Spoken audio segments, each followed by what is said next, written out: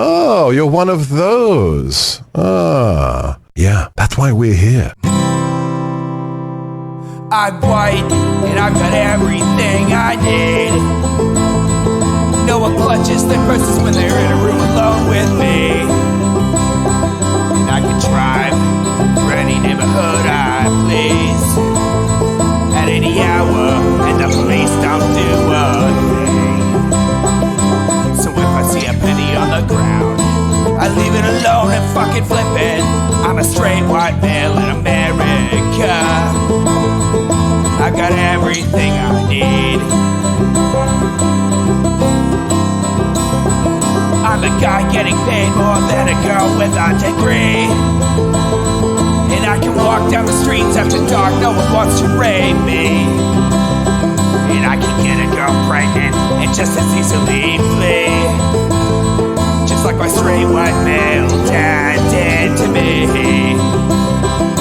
So if I see a penny on the ground, I leave it alone and fucking flip it. I'm a straight white male in America. I've got all the luck I need. I've got a pile of broken mirrors and I'm walking under ladders and I'm spilling tons of salt, but to me that doesn't matter, cause my skin and my gender and my orientation are the best things to have if you live in this nation. I recommend it highly.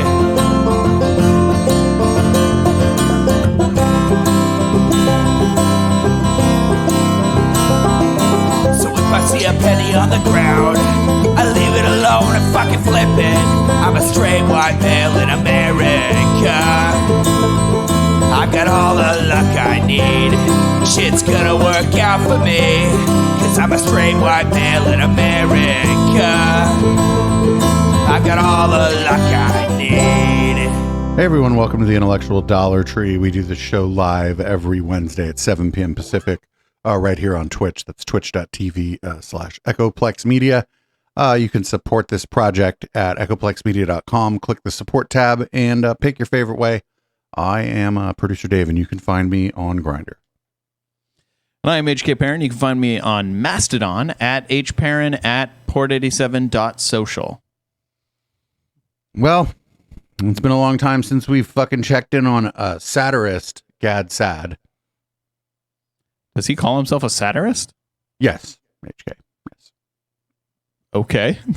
In his videos, when he does satire, he may do it in this video where he explains to you that the thing he just said was satire, which is how you do satire. Yes. Yep. It's the best jokes are the ones that you need to tell everybody they were a joke. Yes. So if you didn't get it, it was your fault. Right. It couldn't be that this is an obnoxious and aggressively unfunny person. Yeah. Wait, maybe it's that. Let's check. Let's see. Today I have a guest with me. I have my young son who said, "Hey, I'll come and hang out with you. Do you want to say hello, son?" Hello. Hi, everyone. Hey, everyone. Hey, look, you're hearing my son. I don't care. Hey, son, why don't you tell who's the greatest dad who's ever existed? Who is that? You. There you go. There. If it would have been, I don't know. If the kid would have been like, I don't know, maybe somebody else, that'd have been very funny. Or just, I don't know. What a weird thing to have your son say at the beginning of your podcast. Also, like if he was going to have a still image for while he was talking to us, this one, not great. Yep.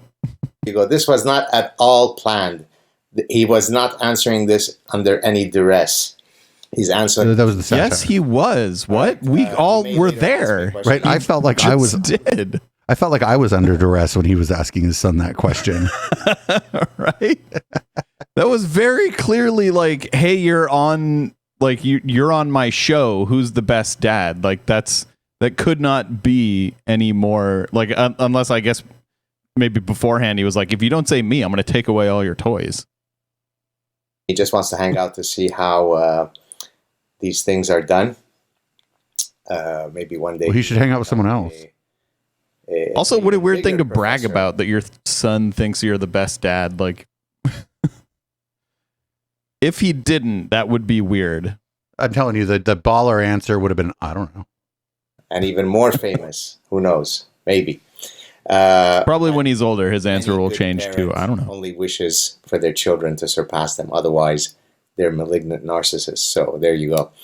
Okay, so today what I wanted to talk about. Last week I did a things that are pissing me off. And at the time, I've now posted it also on my YouTube channel and posted it on my podcast. But it's also still available on, on X. If you go to the highlights, you could see it's still there. The recording is up. I What's talked about X? 3 things that pissed me off. Does he mean last week, Twitter? in Yes. case you had missed Okay. it.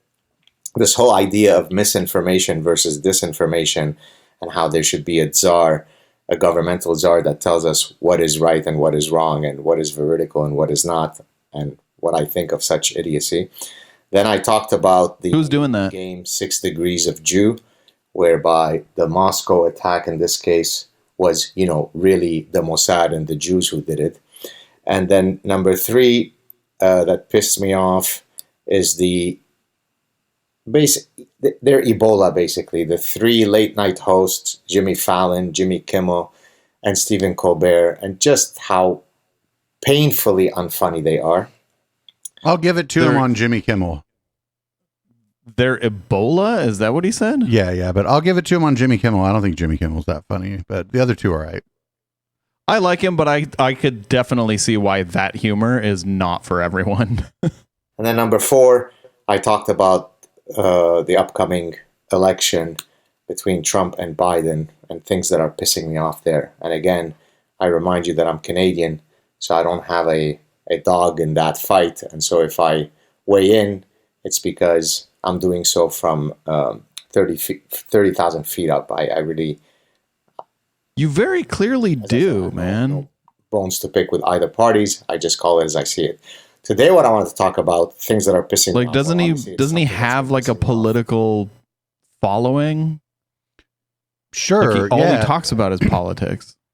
Yeah, but it's like this it's not conservative politics. It's that, I mean, you've watched enough of him to know that all he really wants to do is piss off people like you and me. Like that's his Sure, politics. but like he clearly has a dog in the fight. You can say that he does. I don't know that he favors either candidate. I think he again exists. He's an anti-liberal or anti-leftist. That's all he wants to do is piss off you and me. Okay. I don't know that either of us have ever heard him express a preference for Trump or Biden, but you can continue to suggest that he has, if you'd like. He has an anti-dog in the I fight. I'll forward emails to you if that's the case. If we get them. For 30 years, because I've been a professor for 30 years. Actually, this June, I will be celebrating my 30th year. As a matter of fact, June 21st, 1994. A day that will live in infamy. This once great university hired Gad Sad. In a few months, it'll be 30 years that I defended my doctoral dissertation at Cornell. And so, of course, I saw all kinds of craziness in academia, which, of course, I've been warning about for decades, resulting in my writing The Parasitic Mind. But, of course, the mind viruses that I thought I had offered a vaccine for have not been completely eradicated. We're not yet at Yeah, because nobody gives a fuck what you think. Like you're an object of ridicule, Gad Sad. Like he's like, oh, I thought my book was going to fix the world. Like even if it was the best book in the world, that is a delusional thing to think about. Just a book. Even if it's the most influential book in the world, it's still delusional. polio eradication or smallpox eradication. So we still need to do a lot of work. So today I want to talk about things that are pissing me off in academia with a bit of a twist. The idea of sort of this orgiastic calculus. God, he loves that word. We've heard him say the word orgiastic like more than any person should ever encounter the word. What does it mean? What do you think it means? It's like orgiastic. It's like an orgy. Okay, yeah, of relating to or characteristic of an orgy. Yeah. Okay. Yeah, that's exactly what I thought it meant. Niceness, right? I'm okay, you're okay. How are your feelings? Let's all be nice. Let's all be kind. Let's all be tolerant. Let's all be compassionate. Which, of course, in no way am I arguing that people should not be kind as a default value. In no way. At least to you, right? He's like, well, people are nice to me, and that's good. But people aren't nice to him, and that's good too. Be, mean as a way of being. But when it comes to academia, the fundamental thing that you're trying to optimize, as I explained in The Parasitic Mind, is the pursuit of truth, the discovery of knowledge, the dissemination of knowledge. To the extent that some of that might hurt someone's feelings, so be it. Okay? So let me first begin, because I want to first begin with some of this weakness that I'm seeing in academia. So I'll give you an example. So first I'll talk about some of the weakness in terms of how we're training students, and then I'll... Tell us more about what you're about to say. I'll give an example. Well, but first I'm going to, just say it, dude. In a broader sense. So, as you probably know, any university has an office of disabilities that, if students have real disabilities, of course, they should be accommodated, and that's perfectly fine. And that makes perfect sense. Now, it turns out, very much like interesting how he put that, if real students have real disabilities. He's the one that decides. He wrote a book. Yep. But his book failed to fix the world, but whatever. 15 minutes ago, there had been 1 out of 10,000 people who were transgender, and suddenly there was a social contagion. By the way, the person who published the 1 out of 10,000 people? No, it's always been way higher than that. Yeah, it's always been like, well, that might have been half a percent. Might have been people who were out. Okay, but I don't know. Like, he's going to do it dumb. He's just going to like, oh, all these gay people are all over the place now. Well, fucking, we came out. Like, I don't know what to tell you. It's the same thing. From Brown University, if you remember, she got into a lot. She's a pediatrician, I think, by training, if I'm not mistaken. And she got into a lot of trouble because she argued that the transgender craze was a social contagion. That doesn't mean that transgender people don't exist. That doesn't mean that transgender people don't have a right to live free of bigotry. But when you go from 1 out of 10,000 people who are transgender to every second person in my kid's classroom is transgender, then we've got a problem, Houston. Every second, 50% of his students are transgender. I do not believe him. This is amazing. It's a pretty big swing there. Did he mean every second student as in like 1-to-1, or like you got to pass 2 non-transgenders and then you get to a transgender? That's still 33%. That would be every third student. Would be I don't. Yeah. Either way, I don't believe him. Oh, you really? Me neither. I'm surprised you don't believe him. Yeah, this is. But he was saying like in his son's class, which is a little bit weird because what's he doing? Like fucking spending too much time in his son's classroom anyway. Like, to take your dad to school day with this guy would be just fucking horrible. They don't do that though. So even if that were true, let's give him the benefit of the doubt and say that for some reason, the class is just a statistical anomaly and 50% of the students are transgender. Is that not okay? Well, obviously he's suggesting that they that it was contagious, not like obviously like a virus, but it was socially contagious, and there was just peer pressure to be trans. Is that not okay? I mean, I reject the premise that there's peer pressure to be trans. So I also do, but even taking him at his untrue word, is it not okay? Like, why? I mean, it would be bad. It's bad for people to be peer pressured into any gender identity. I would agree with you, but should we ban that? I don't think that you're way out past. Now we're out past what the material is about. Okay. Now we're writing fanfic, which you are free to do. bullshit. It just okay? sucked. You should write fanfic about something cool, not about GAD-SAD. And so the Office of Disability, my first 20 some years as a professor, I almost had no student who registered with the Office of Disability, right?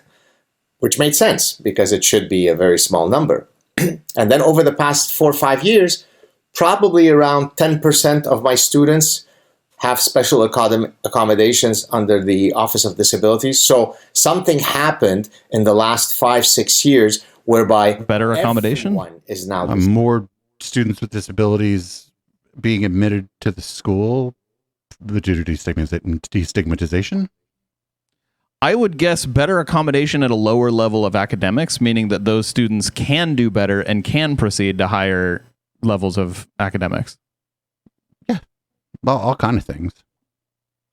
disabled. But what, like, is he saying that there's like some sort of conspiracy here? What's he getting at? I don't know. And what are the special accommodations? Like, he's never going to get specific because he doesn't. He's just complaining about like glaring generalities that he's probably making up. Yep. That's the default value. So, for example, I suffer from exam anxiety. Therefore, I am disabled. Therefore, I need 17 times more time than someone who doesn't have exam anxiety. Oh, exam anxiety? It's called life. Everyone who I don't think that that's a thing. If somebody has like severe anxiety, there may be some accommodations for them that could be made so that they could learn.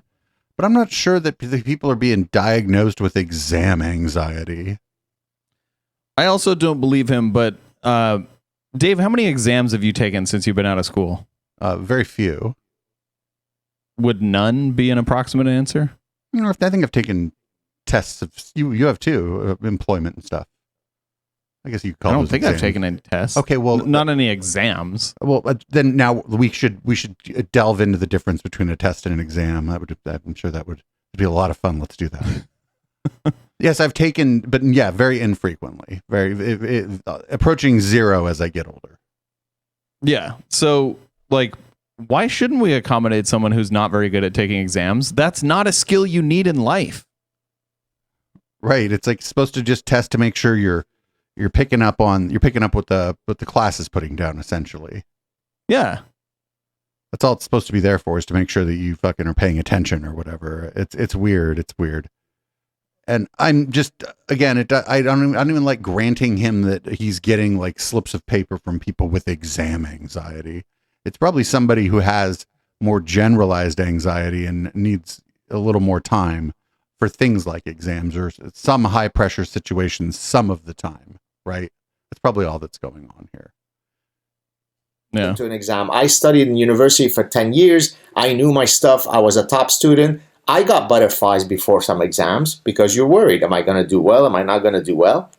But you that must be the same thing then. Because your experience in life is the only experience in life, right?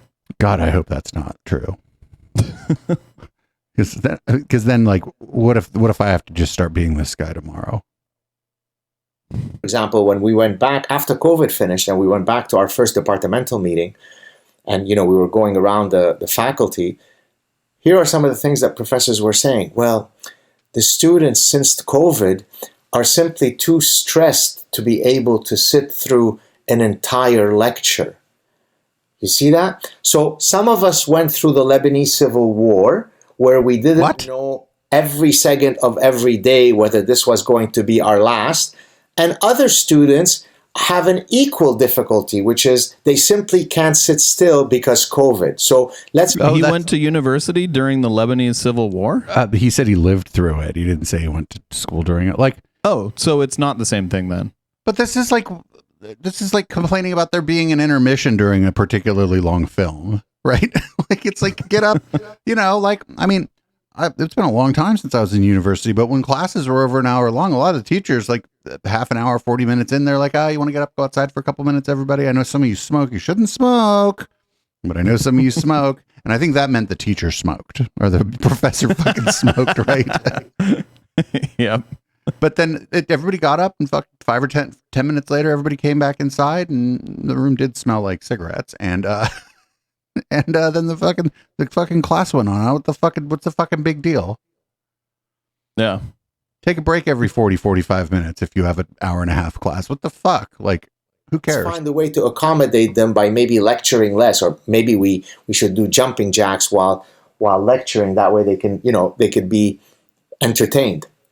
Then we also had students who had lost the ability to take Again, notes. he's just making up shit. Had students who had lost the ability to take notes. So they had taking notes anxiety. So we solved this a long time ago, friend. A lot of kids, like, even back in the day, would just bring little battery-powered tape recorders to the class to record the fucking class. Yeah, I think it was the 80s that we solved that. Probably the 70s, but I guess it probably became but it was probably expensive in the 70s. But yeah, by the 80s, you buy these little recorders. Like what? Like this is dumb. Taking notes, anxiety. Now he's making shit up. Now he's been making shit up the whole time. But now it's like obvious that he's making shit up because there's no taking notes anxiety. That's called a fucking tape recorder. Actually, you don't even need a tape recorder. Yeah. Set your phone down and hit record. You're not trying to record a podcast. You're just trying to hopefully hear the things that you missed or couldn't get down in your notes. And this guy rambles so much that, like, imagine trying to take notes in his class. So when I was in university or in college, I don't know, do we call it university here? I guess it was university. This is, again, a very important distinction, and I'm glad we're going to explore this. Like, I couldn't write down notes because, like, my hand would cramp after writing about a page. So you know what I did? I just brought a laptop and I typed notes. Like, there are so many ways to accommodate that the school does not need to be involved in, that, like, what he's saying is just complete bullshit. Yeah, he just doesn't, like, he's chosen the wrong profession. I just don't think he likes fucking young adults. That's what I'm getting. Probably. Here. Which is, I guess, better than liking them too much, but, who knows? To maybe accommodate that. Then there was taking exam anxiety and so on. You already said that. And instead of saying, hey, toughen up a bit, it's part of life. No, it's try to find ways to coddle, to nurture, to love, and be kindful. So what I want to do is read you a long section. This is from Mein Kampf. So wait, his take here is that unless you can learn in the same style that he learned, you shouldn't be able to go to university. I mean, there's some ways in which every once in a while, it's not the worst thing in the world for a young person to be told, well, this is how we do it here, right? There's some ways in which there's value to that. Like, no, we can't actually accommodate that, but talk to the professor, see what, we can't force this. Talk to the professor, such and such is actually they may be like the kind of, they may give you this impression in class, but they're actually very easy to talk to. If you go office hours and talk to the professor, maybe you can work something out with them. This stuff that he's talking about, this is all just his grievances. He's now the one with all the grievances, right? He's the one that wants special accommodations because he's an asshole. Yeah. But there's no department at the school of like there's no asshole department where you get special, wait, no, there's a department that's called tenure. I'm sorry. Yeah. So I don't know. He already got his asshole exemption. I think he's tenured. So, oh man, this guy is so insufferable. I'm so glad we did this though. I've avoided doing GadSad for the main content for possibly a year, maybe more, because I fucking can't stand this guy. Like, imagine if his son ends up going through school and needs some sort of special accommodation. Do you think he would be like, nope, you're just going to fail at life? That's different. That's different? Oh, I'm sure he would. Oh, yeah. I'm sure that there would be a way in which that was different, right? Okay. Yeah. Because maybe it's a bad example, but if you remember way back when when Dick Cheney was like, "Oh, I'm not against gay marriage. I think the state should decide," and that was when he found out one of his daughters was gay. It would be a version of that would happen to him. That he would be like, "Well, some of these this particular accommodation that my son needs is okay, right?" It would be that. Yeah, thing. but none other ones. Right, Just right. this one. Just and and just for my son actually, because the other parents over there be lying. Yeah. That one's got blue hair. Can't trust her. Yeah, we all know that is exactly how it would go down. My latest book, the book on happiness. So I have a chapter where I talk about. I love how he's telling us about his book on happiness, and this is the still he chose for his video. Yeah. And the anti-fragility to failure. You have to be anti-fragile when it comes to failure, right? I mean, most of the successful people that you know have at some point failed, right? And them being champion is the fact that they overcome the failures and then they end up coming on top.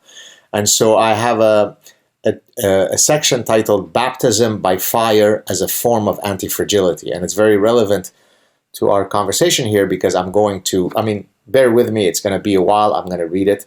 Maybe it'll take about 5-10 minutes. But towards the end, I recount a story that happened to me when I was a doctoral student at Cornell and how my professors treated me. And by today's standards, He's like, even then, no one liked me. An abuse case against them because they were so mean and tough to me. All right, so here we go. So I'm reading now verbatim till the end of this section. So this is from. I'm reading my own book verbatim at the end of part of my book. So it's my book. I'm saying this. It's not me saying this. It's my book.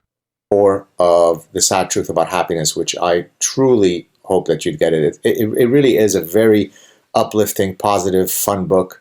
It's a combination of ancient wisdoms regarding the good life, coupled Get out of here, ancient contemporary wisdom. science, and then backed up, or if you like, peppered with my personal stories, my personal trajectory of happiness. So it's a really, really fun book.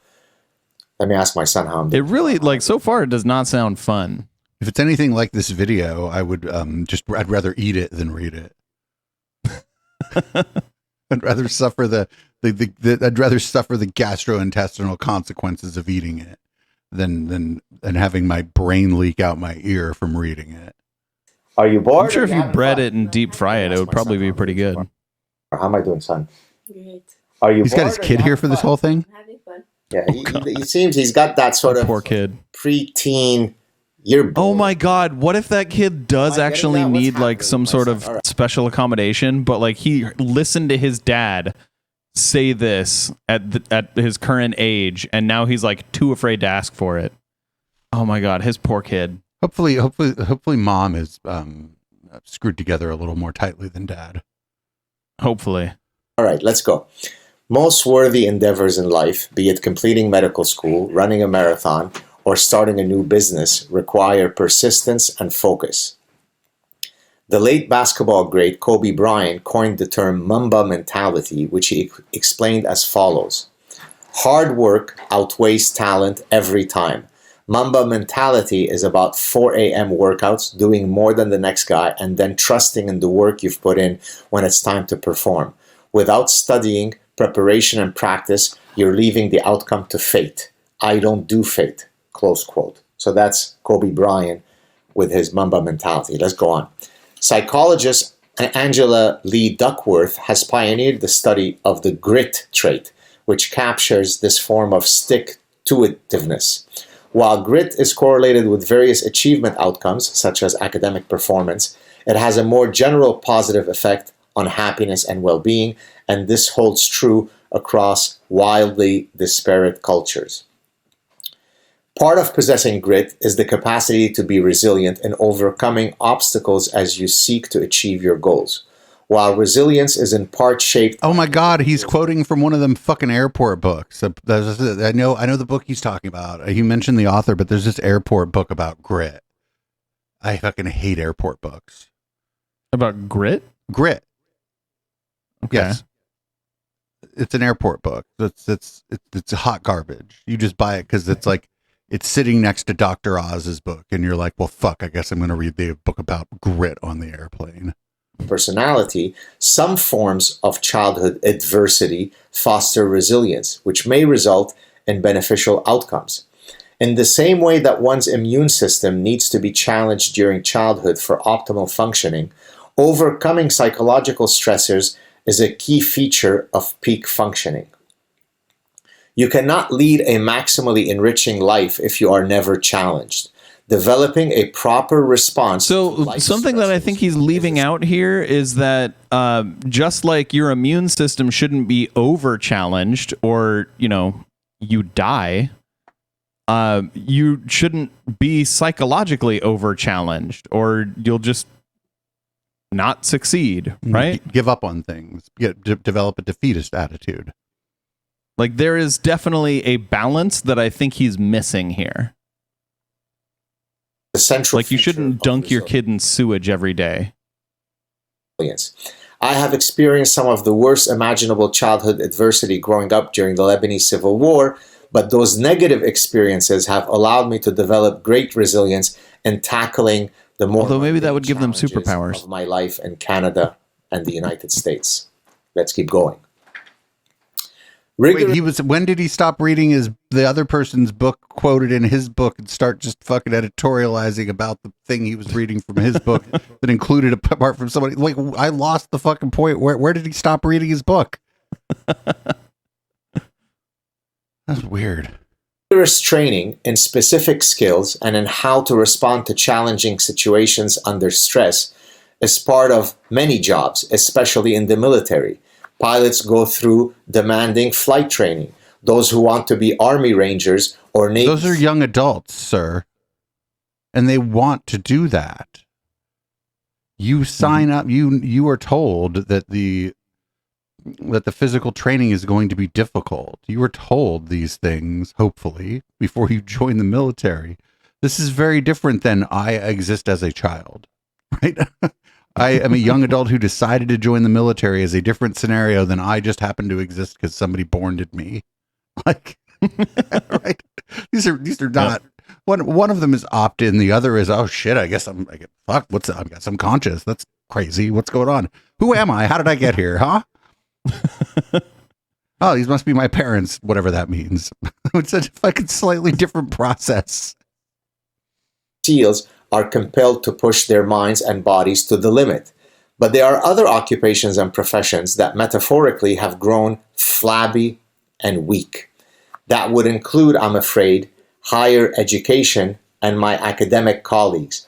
All those tepid hyper-specialists who are too afraid to utter one word that might offend academic superiors, militant feminists, the pronoun Taliban, or the woke mafia. Did he just call it the pronoun Taliban? The pronoun Taliban. Okay, so... Oh, HK, he was doing satire. Was he? So he told us that this book was very enjoyable. Sounds like it so far. Fun, even, is whimsical. what he said. Whimsical. It's whimsical, yes. HK. I believe the word he literally said was fun. Fun, totally fun. Fun, jazz hands. Yeah, so... he's saying that professors should be less afraid to misgender their students, and tell off their superiors. I guess so. He's like, I'm really really fun at parties. I'm fun at parties. Hey, that's his idea. You shouldn't of fun. drink. You shouldn't don't order a beer. But I'm a riot at party. I am the party. You'll just have to take my word. This is dumb. Okay. The other thing, the thing that's built into this that I bitch about a lot, and actually some of the other people in the sort of critique space don't like that I say, it's not, they don't get mad at me or whatever, they just don't agree with me, is that I don't understand why somebody who folds clothes at Old Navy is should be worried about, maybe not pissing off their boss to make their job easier, but a fucking professor shouldn't have to worry about that. Like, I don't understand. Like, why is this job like so different in that it should, you should have to, that it shouldn't matter whether or not you can get along with your peers and your superiors? I think again, he's talking about like the idea of if someone is telling you, I prefer these pronouns, or I prefer this name, or I prefer, you not refer to me this way, he's saying that he should have the freedom to refer to them in whatever way they want. And it's like, okay, well, that has to go both ways. So if that's what you want, then like all of your students should be able to call you like Mr. Asshole all day, and you should have no recourse in that. Like you shouldn't be able to lower their grades. You shouldn't be able to reprimand them. You should have no recourse in that. Is that the world that he wants? I don't think so. I don't think he'd be okay with that situation. Yeah. Yeah. Like I said, I think there's just some people out there who think that for some reason being a professor isn't a job, right? They want it to be some other category of the money generating thing where in this case, it doesn't matter. It shouldn't matter if you can't get along with the people that are above you in the department or whatever. And it's like, well, like other people have jobs and they have to like, maybe they don't like their boss, but they have to try to get along with their boss because that's what you do at your job. I don't know. Everyone has to do it. You don't exist in some rarefied atmosphere because you get to call yourself a professor. It should come with some respect, but maybe if you should have to do like just at least some work to fucking earn that respect. Like it doesn't. Like, arguably, professors are treated like differently than any other job because it's so hard to fire a tenured professor, even when they're being just a complete asshole to everyone around them. Right, and they try to. A lot of times they try to conflate two things. They're like, oh well, you need academic freedom, and it's like, yeah, you should be able to study controversial issues or whatever to the extent that you're doing research in your as your job as a professor, but that shouldn't extend to being an absolute shit to the other staff at the university. That's not research, nor is that academic freedom, right? Like, yeah, you're not researching anything by being a shit to your student because they're queer, or being a shit to your boss because you don't think she, and for him it would usually be a she, deserves her position, or a shit to the cleaning staff because you think that you're better than them because you're a professor. None of that is academia. That's just fucking being an asshole. I guarantee this guy is a shit to work with. Just an absolute insufferable fucking nightmare to try to work with. I mean, he's an insufferable nightmare to listen to. So, yeah, absolutely, he would be an insufferable piece of shit to work with. In the last few years, I have noticed that this weak mindset permeates all layers of academia, but especially when interviewing prospective hires for assistant professorships. When I was a doctoral student at Cornell University, young academics had their first big baptism by fire moment when they were invited as part of a departmental speaker series to give a lecture from their developing doctoral dissertation. This was a very intimidating platform from which to share one's research because the audience did not suffer fools gladly, and professors prepared senior doctoral students for the eventual grilling they would face when seeking assistant professorships at elite universities. I faced additional anti-fragility obstacles as I made my way through my PhD. Doctoral students at the Johnson Graduate School of Management at Cornell had to pass the A exam, which was made up of two parts. One, professors serving on a student's PhD dissertation committee could ask questions about his specific area of expertise. While many doctoral students had a supervisor and two additional committee members, my doctoral committee was composed of four outstanding scholars: Drs. J. Edward Russo, who's a cognitive psychologist, Douglas Stamen, who's a advertising researcher, Ali Hadi, who's a world-renowned statistician, and Alberto Segre, who is a computer scientist. So, number two, once the doctoral student presented his dissertation proposal, the committee members would ask pointed questions about the prospective research. No question was out of bounds, as the student had to demonstrate complete mastery of his subject and his proposed dissertation research. As I presented my dissertation proposal on that fateful day, I noticed that my committee members were not exuding an aura of friendliness. The tone was set by my doctoral supervisor, who began the barrage of tough questions. As I fielded his first question, he took an indignant deep breath and retorted, quote, "I'm going to ask the question a second time, hoping that maybe this time you'll understand it," close quote. And we're off. Oh, so he rambled about fucking shit that he wasn't fucking ostensibly talking about back then too. That's all I'm hearing. It sounds like it, yeah. Sounds like he couldn't get to the fucking point back then. Just like he's not. I mean, all he's doing. Also, like, if most people only have 2 or 3 advisors helping them with their PhD work, and this guy had 4, that sounds like a privilege, right?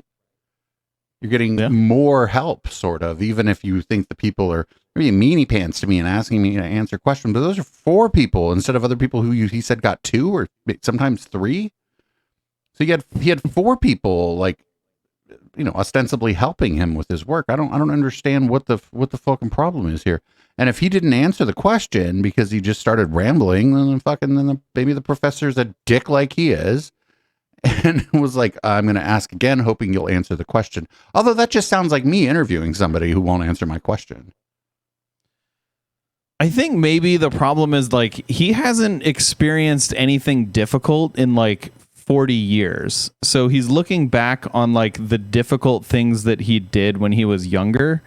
And maybe he's like imagining, oh, they were so monumentally difficult because I haven't done anything even close to that in like 40 years. They must have been the most difficult thing in the world. And it's like, no, you just landed in a really privileged position.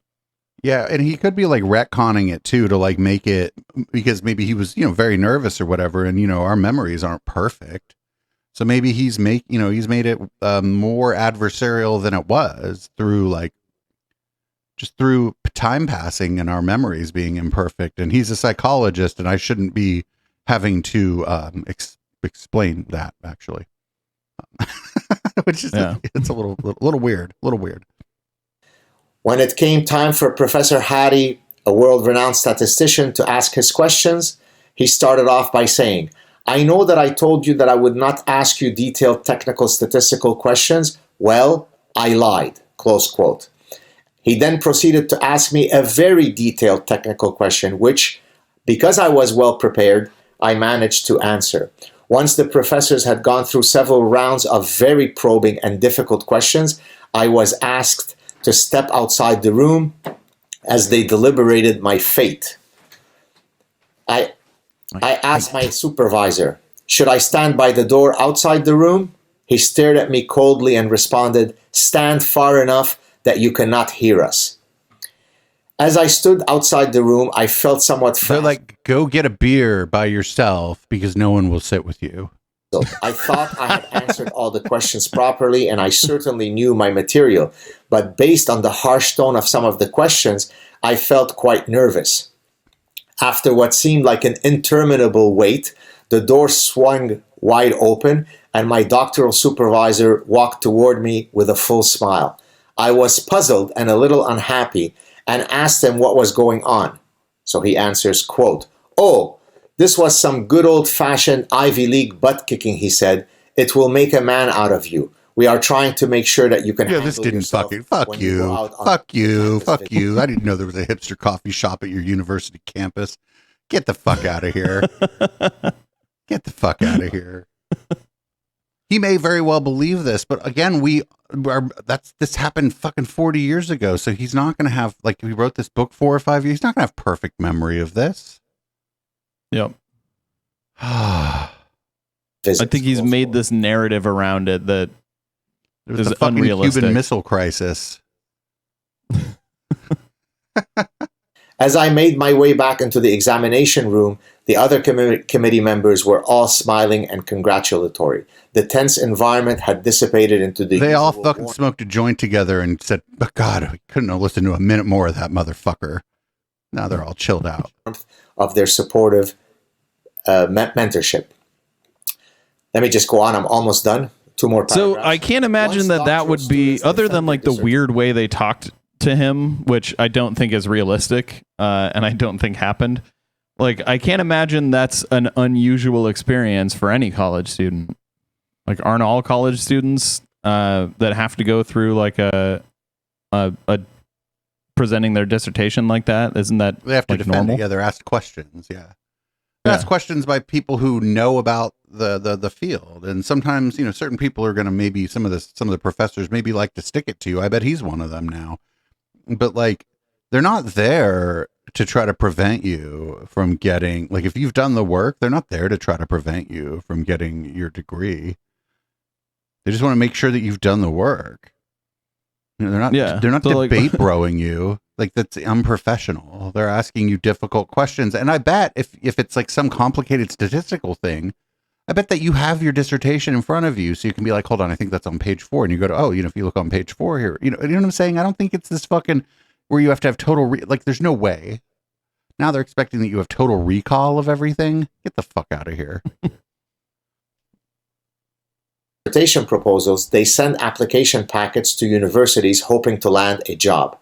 The first round of interviews is usually held at the annual academic conference of their discipline. In my case, as previously mentioned, I had around 25 scheduled interviews. The interviewers require that one present one's dissertation work in a cogent and succinct manner.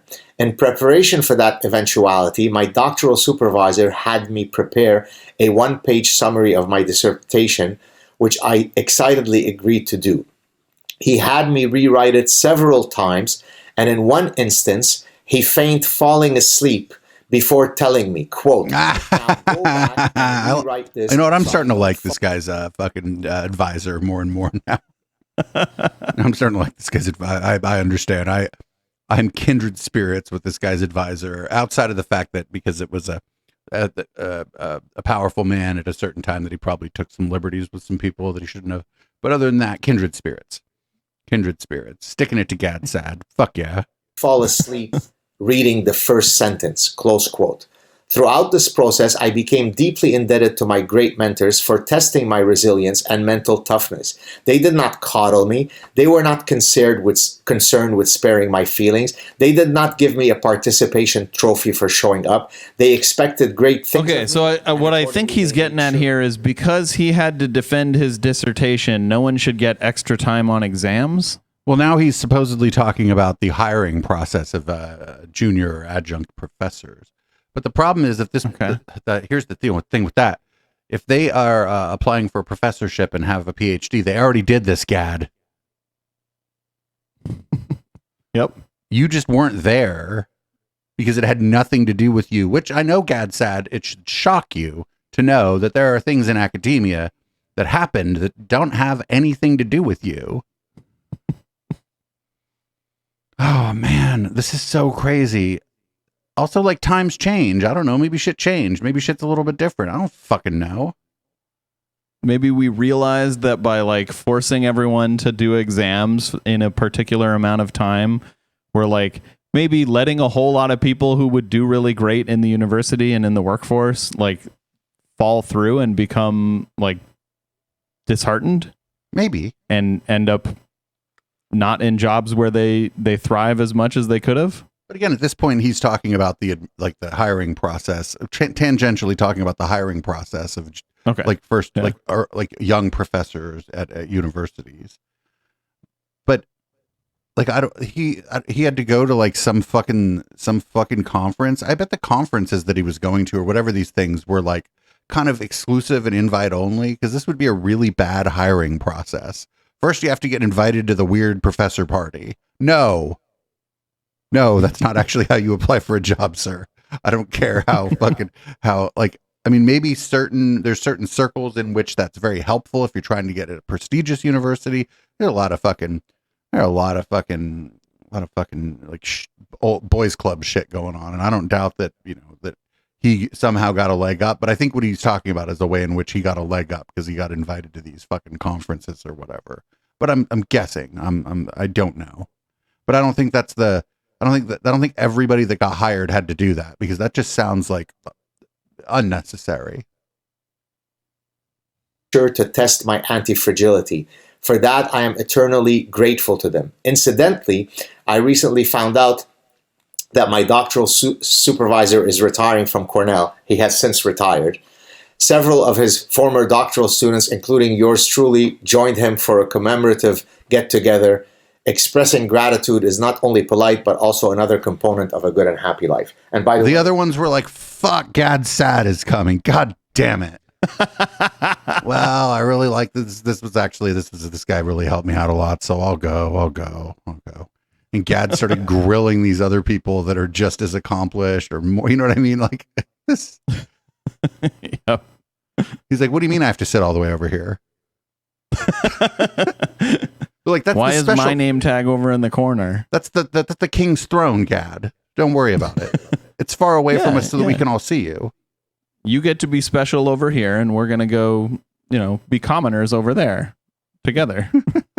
I'm going next week back to Cornell, where I'll be giving 2 talks at my alma mater, and I think my former doctoral supervisor and several of my former professors will be there, so it'll be great. Now, why do I no students though? They don't like story you. Because they don't even hate you enough to protest. They're just not going. Contextualizing the kind of training I had at my PhD, incredibly rigorous and hardcore PhD at Cornell, with some of the stuff that I see today with students, where I've had administrator call me asking why my grades in my graduate course were the way they were, because it's expected that everybody receives an A. Well, no. There is this little thing called a bell curve. The bell curve means some people do extremely well, most people are in the middle, and some people do poorly. That's why it's called the bell curve, the normal distribution. So again, by the way, in the parasitic mind, I talk about how 30, 40 years ago, the average grade in university was a C, as you would expect it. In many universities today, the average grade is an A. Think about it for a second. Let me repeat. This is, by the way, a Duke professor who did that analysis. The average grade is an A. What does that mean then?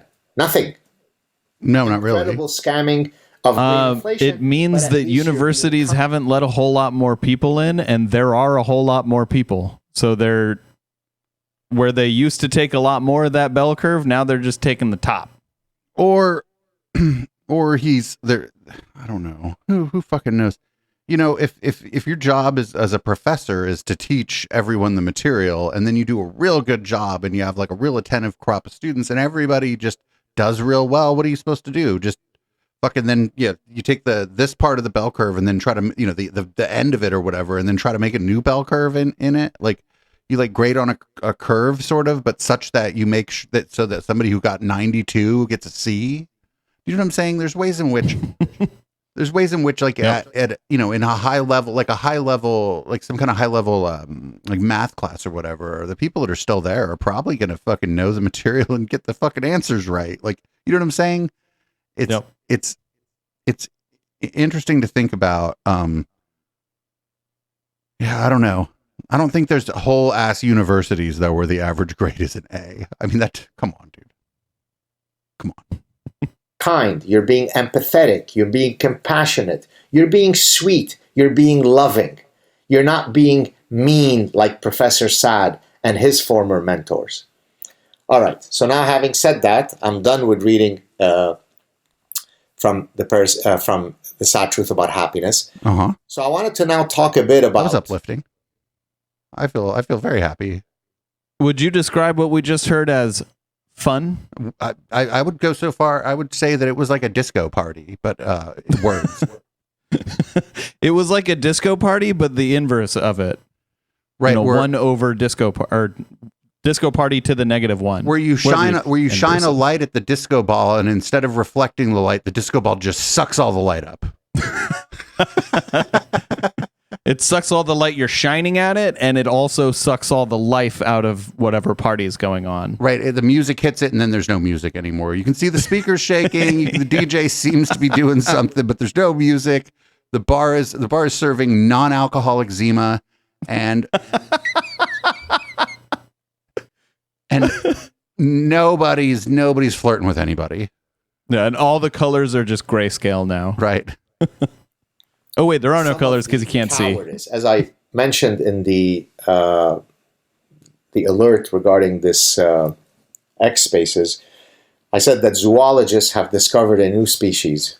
It's called Academicus invertebrus castrati. I told you he does satire.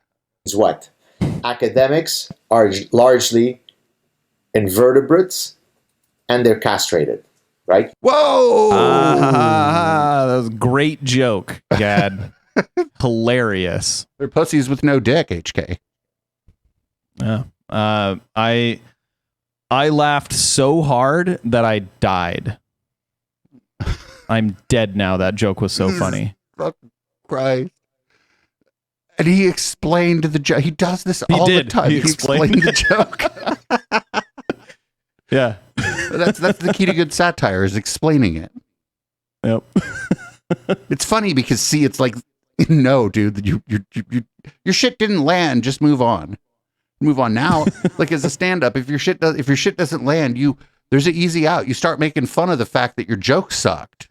That's how you get out of a bad joke. That's easy. Like, if I tell a joke that sucks, like during the post game, which I will tonight, I'm sure, I will just acknowledge that my joke wasn't funny, and then say that I am only occasionally mildly amusing, and then just move on with life, and maybe the next one will land, but probably not. You know what never precedes something funny? I'm telling you. Let me explain. I have a joke. I have a joke to tell you, but I'm going to have to explain it to you because it's complicated. Yeah. You know the expression grow a spine. You know the expression grow a pair. It means what? Have dignity. Oh no, he's still. We paused it when we thought he was done explaining the joke. And there's 38 minutes left in this. He's going to spend the entire 38 minutes that's left of this explaining that joke. That he's the only academic who has balls anymore. Fortitude. Defend the truth. Say things that might be hurtful to someone. That's what an intellectual should do, right? That's not intellectualism. Isn't when insult. Yeah, so like I would say it highly depends. It depends on like what you're saying. If what you're saying is something that most of academia doesn't agree with, then no, you're just being an asshole. Right. Or even, but if you're right, there's no value it doesn't help your case if you're right about something, if you're going around being a dick about it, right? I mean, there's sayings like that. Fucking children are like, everybody hates an "I told you so." I hate to be an "I told you so," but like, no, the offense. If first, like, it's not like most things. If other people have something wrong and you get it right, most of the time you're not really fucking pissing anybody off, right? Because people are like, oh, correct. Shit. People like, you get the, oh shit, I guess you're right. Let me take a look at this. Oh shit. Oh, cool. Then like, this is not how this guy is just a dick. Yeah. And like, to the extent that you are pissing someone off when you say like, oh, here's the true thing, even though everyone agrees that, this thing that I think is false is the true thing.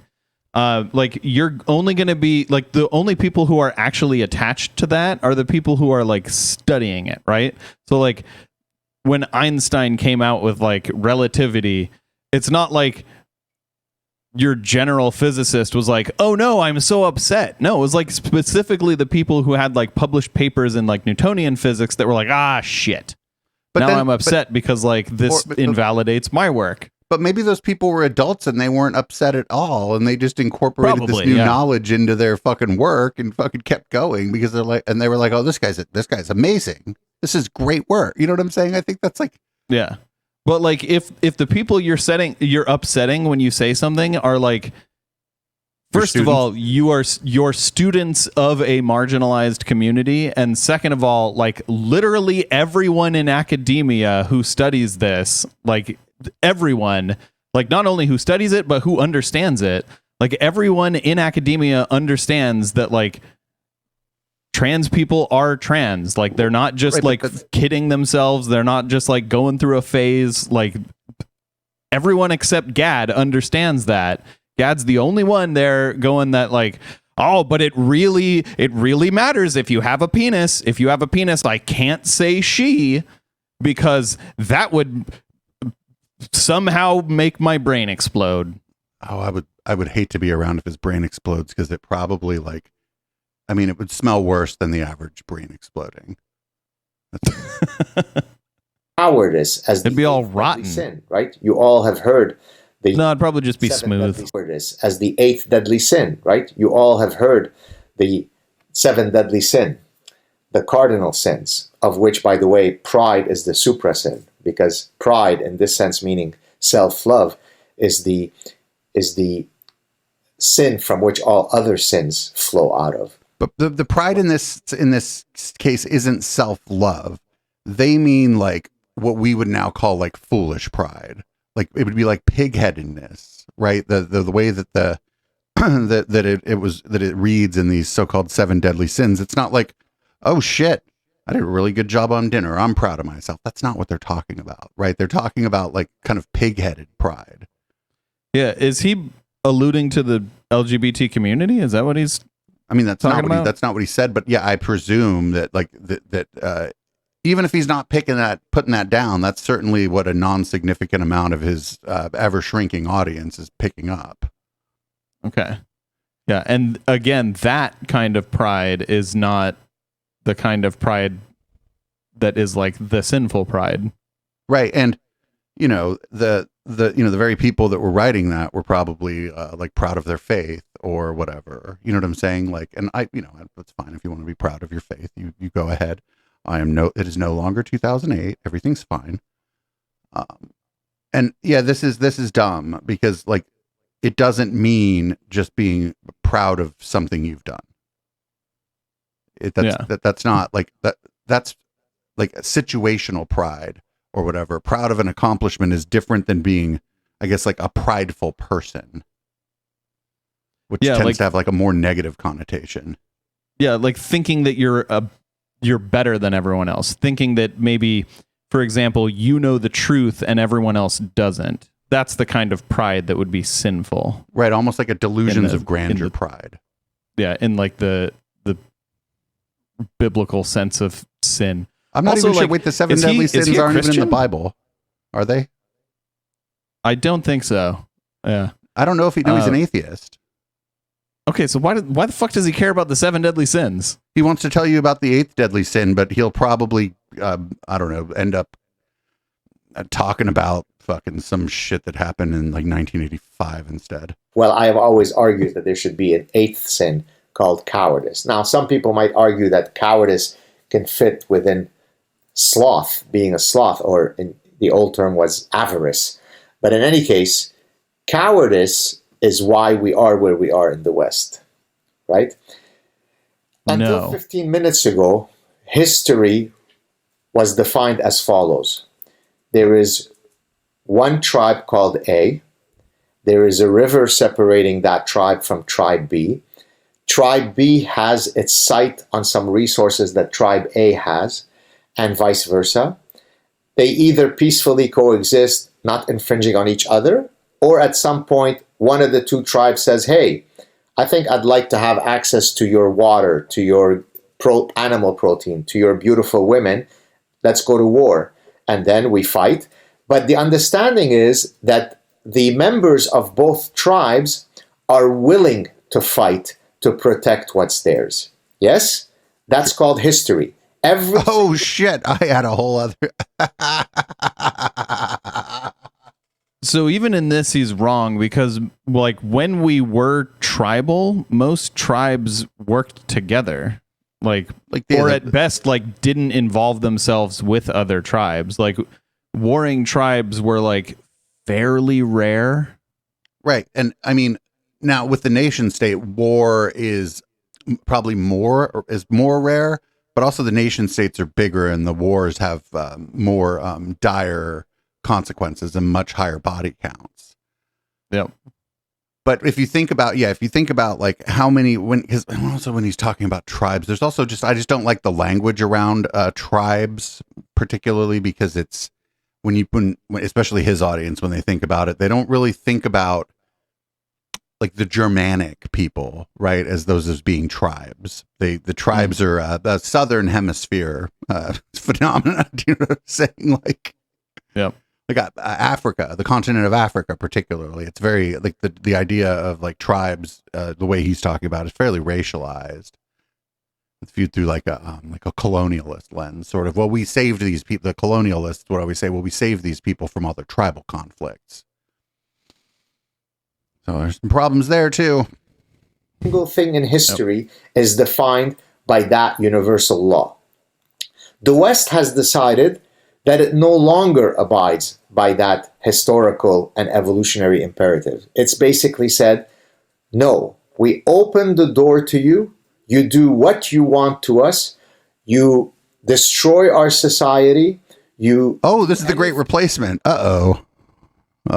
...to any of us, and that demonstrates that we are virtuous, that we are compassionate, that we are tolerant, that we are kind, that we are empathetic, right?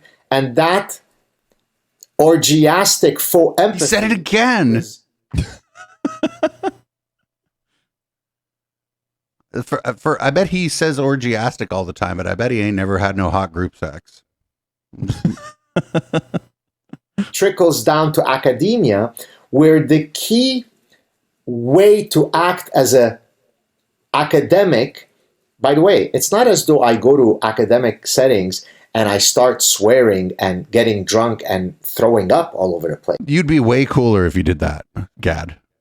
You'd be much cooler if you did that. If you just went to like an academic party and got drunk and wild out and puked on somebody's fucking expensive coffee table, I'd have to put respect on your name if you were going and doing that at like these crotchety old professors' homes. But no, sir, you're not doing that. You're going there and annoying everyone because you're annoying.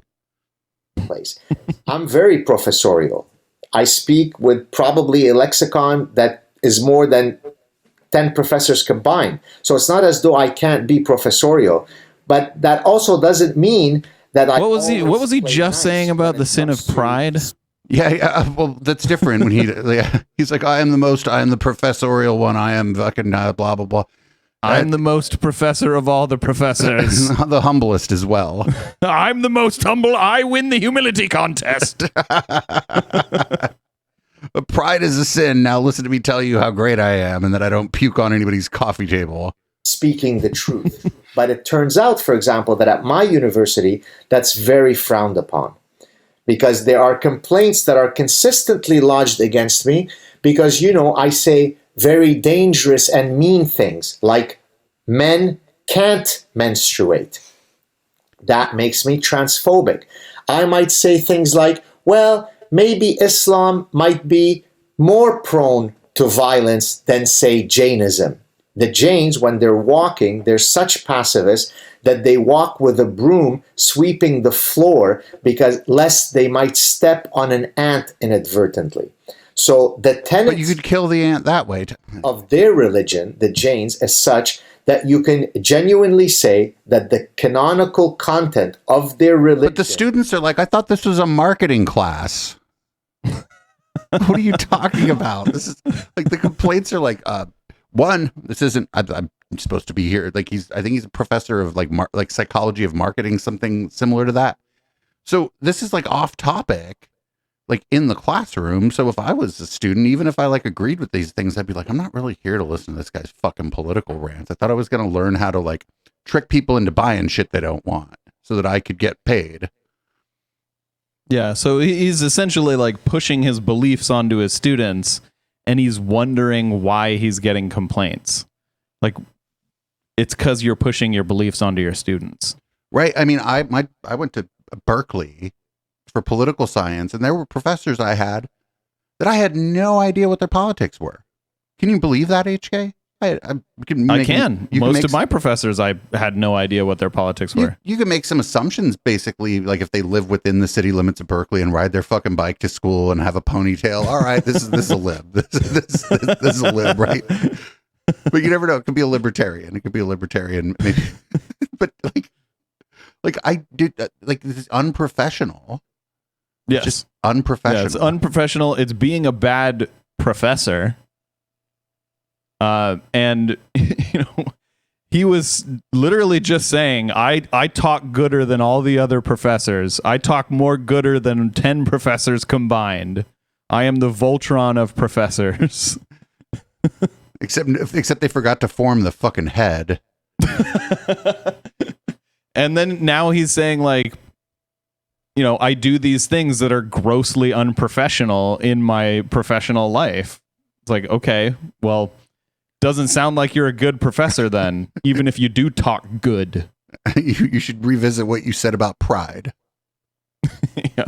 This is a dumb motherfucker. God, imagine this is like you just have to fulfill some fucking requirement that you take something in psychology or marketing for like God. And then you get stuck with this guy. He's stuck with this guy. And they're bloviating about how fucking great he is all the time. You're like, oh no. You're like, the next class I take is gonna like require that I like have knowledge about the shit he's supposed to be teaching me. Why has he been telling us about the great replacement for 20 minutes? Yeah, and why does he keep yelling at the trans kid? Right. Misgendering them. Is one of pacifism.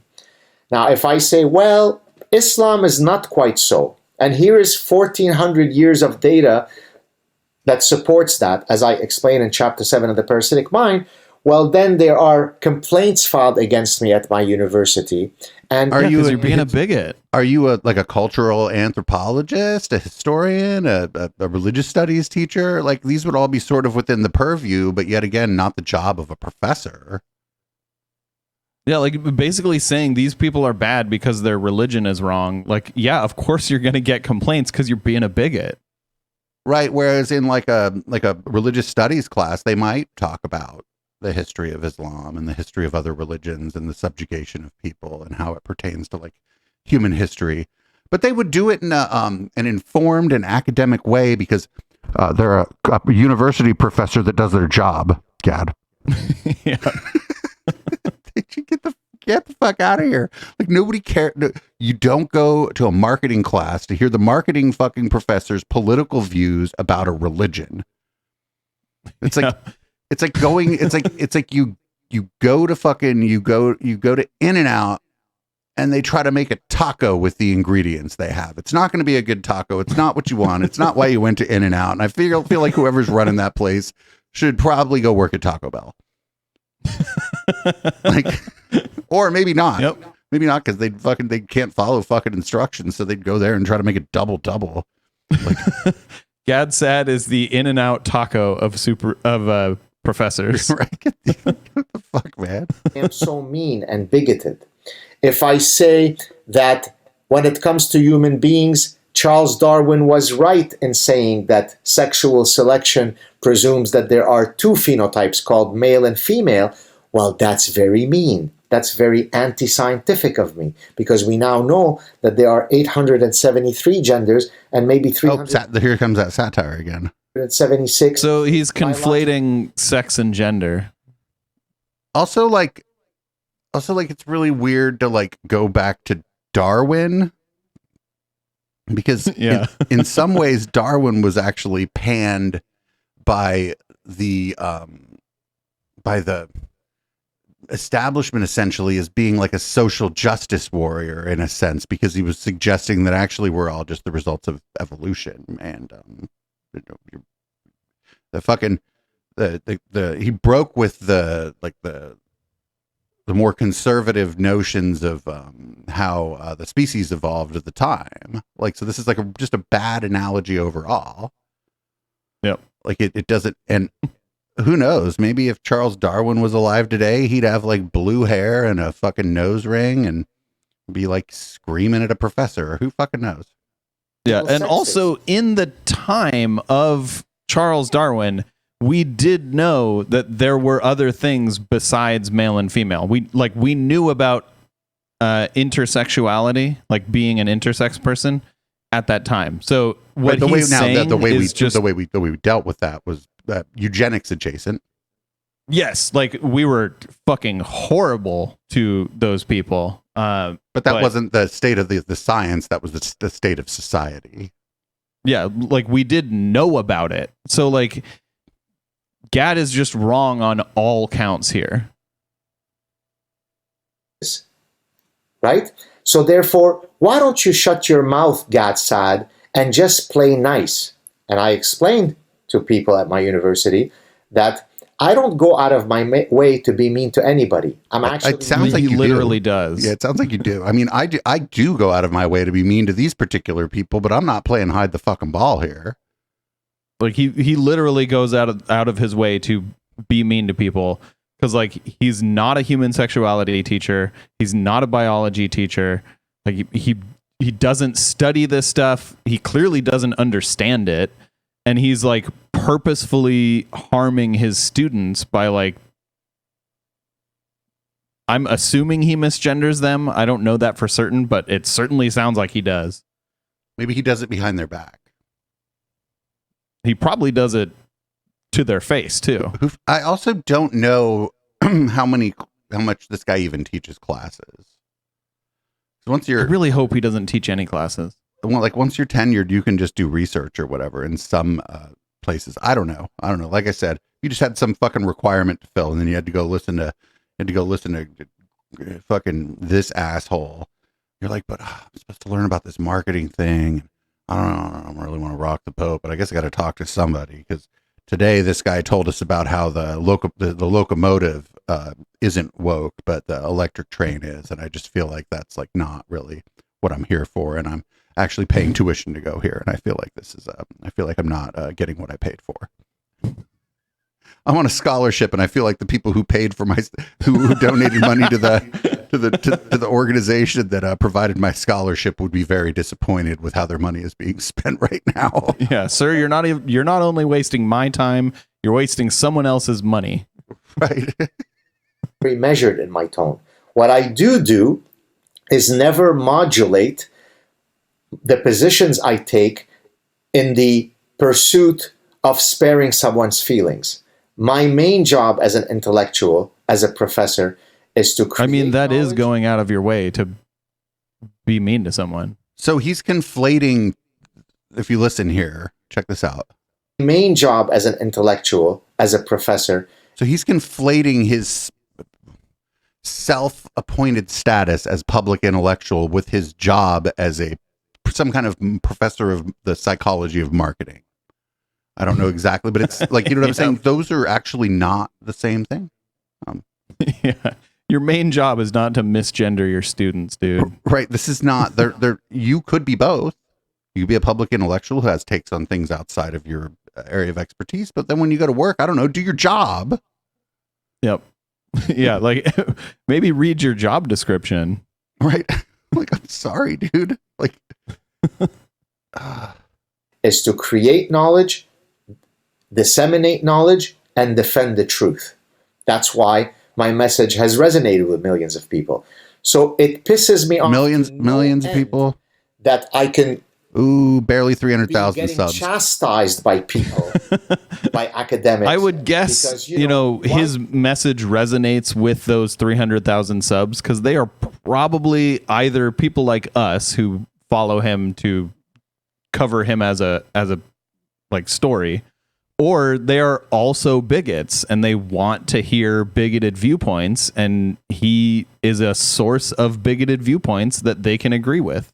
He just did what I call dumb fuck inflation. It's like how the 1 million moms Twitter profile has like 45,000 followers. Dumb fuck inflation. Why can't you just play nice? By the way, several years ago, and my son is sitting here with me because he was with me, we were walking and we were accosted by a person who threatened me in front of my son. When I went to the police to report the case, you know what the police said to me? Well, They said if you were black, we'd shoot your dog. maybe you shouldn't be speaking on these difficult subjects, and then you wouldn't get... Damn, the fucking pigs were like, buy the ticket, take the ride, asshole. Yeah, since when are the cops based? Right. I mean, since Gad's sad. Yeah, like everyone wants to pick on nobody Gad's sad. Nobody to root for here. Because actually, if this guy's like, because his son seems quite young, if this guy's walking his son around, like, it's not the time to confront him, right? It's just not. The kid has enough problems as it is, obviously. Like, this kid probably never had a chance, and I'm guessing, though, that there was no actual threat. But if there was, which I'm not saying is impossible, if there was, then yeah, we don't condone that. Like, don't threaten people. In fact, if he's walking his son around, leave him alone. Fuck it. You can maybe you can dunk on him some other time. It's not like there's never an opportunity to dunk on Gad Saad. Like, you'll get your chance, friend. Way, that's what I was told at my university. Imagine how devastatingly chilling that is. And I analogized it as follows. Recently, in a conversation with an administrator, we would all be very angry if a judge said to a woman who had been raped, hey, maybe you should consider not wearing such sexy clothes, and then you wouldn't get the attention of men. We would except Richard Dawkins said that, some version of that, not too long ago, and people like you were like, oh, he's right. He said, oh, well, maybe you shouldn't go out and get drunk, ladies. Like, yep. Like, yeah, people do say that to victims of SA. Like, yes, people do say that to men and women, that you should make better decisions. And maybe there are points where you could have made a better decision and not put yourself in that situation, but that doesn't mean that the situation is your fault, right? Nobody makes perfect decisions about every fucking thing they do every day in their life. So it's like, you have a right to make bad decisions and not be the victim of SA, actually. So yes. Yeah, you have a right to make a choice that is not the best choice and not be the victim of a crime. Right. And in this case, you know, a threat, like a credible threat of violence is a crime. Like, you are the victim of a crime. That repulsive, correctly so, yes? That would be called victim blaming. But imagine now if I speak out, for example, I spoke out about the horrors of the Hamas attack because, you know, I have tons of family in Israel. That triggered a lot of complaints against me at Concordia because it doesn't. What were you saying? Doesn't make sense for the Jewish guy who escaped the Middle East, who has tons of family in Israel, which he has to call to make sure they weren't killed and raped, for him to be upset about what happened on October 7th. That's simply too Islamophobic. I should only be concerned about what the IDF is doing to the noble, peaceful Palestinians. All right, that's as good a place as any to fucking put a fork in the podcast. People are welcome to go listen to the rest of this, but we're not gonna. Every once in a while, we check in on Gad Saad, and I was like, maybe I was hating on him too much. Absolutely not. I now think we should hate on Gad Saad even more. I wish he would unblock me on Twitter just so that I could piss him off so that he blocks me again. Fucking asshole. Like, like nobody, like, oh my God. Like, this is ridiculous. First of all, like at the end there, he's like, he would probably tell you he doesn't like identity politics, but that's just what he did right there, right? He was like, these people, I share identity with them, therefore they're good, or some version of that. This is all fucking bad. Like the victims of violence by nation states or non-nation state paramilitary groups, they all shouldn't be victims of that violence. Like if you start drawing you start picking who you think is, like, you shouldn't make these choices. That shit's all bad. And my position on that has been made clear a bunch of times. I'm not going over it again. I don't talk about that much on the show, but I'm not. He said things about Islam just fucking what felt like 7 years ago, but was only like 10 minutes ago in the fucking video that were horrible. And now he's like, well, why does everybody think I'm a fucking Islamophobe? And it's like, well, sir, it's not like you just said one thing in a vacuum about October 7th. It's like you have said other things, and they are easy to find because you are a public intellectual. So people might take into account the other things you've said when they make their character assessment about you. When you say yet another thing, I fucking can't. History didn't start tomorrow, Gad. I can't help you. Yep. Yeah, he instead of being a public intellectual, he should just be labeled. He's a public bigot. Right. And I'm That is starting to what he think that the distinction is starting to, the distinction between those two things is starting to, the circles are starting to fucking become circle. Yep. Like, I don't hear anyone who refers to themselves as a public intellectual who isn't just a giant piece of shit. Yep. Like, I would never refer to myself as a public intellectual. And partly because it's just the hubris to do it. Other people are supposed to refer to you as a public intellectual. And then when they do it, when they introduce you, you're supposed to go, oh, you. Like, you know, Yeah. you're supposed to win the humble contest. My God. Well, fuck. I'm glad I picked that. The other option is what we're going to watch in the post game. Coming up in the post game is Ben Shapiro and Dave Rubin are going to have another conversation. I wonder if Ben Shapiro is going to tell Dave Rubin that his lifestyle is sinful and that he's going to hell or whatever the fuck. I guess Ben technically doesn't believe in hell, I guess, but that it's sinful and wrong, and that Dave's going to be like, oh, isn't it great that we're such good friends? I hope that happens again, because that was what happened last time we watched them and every time we've watched them. And with that, HK, you feel like reading the show out. Absolutely. Thank you for joining us. This has been the Intellectual Dollar Tree. We do this show live on twitch.tv/Echoplex Media every Wednesday at 7 p.m. Pacific. If you're listening to the podcast, check us out live, why don't you? If you do, you get to join us for Red Light, which happens right after the show. So if you'd like to support us, you can do that on patreon.com/Echoplex, or you can buy our merch at eplex.store. You can also get a membership, which would help us greatly. And again, if you're listening live, you'll see us on the other side of this song for Red Light, where we change the color of the lights and the contents of our drinks. And we'll see you then. This is Boomers by Periscope.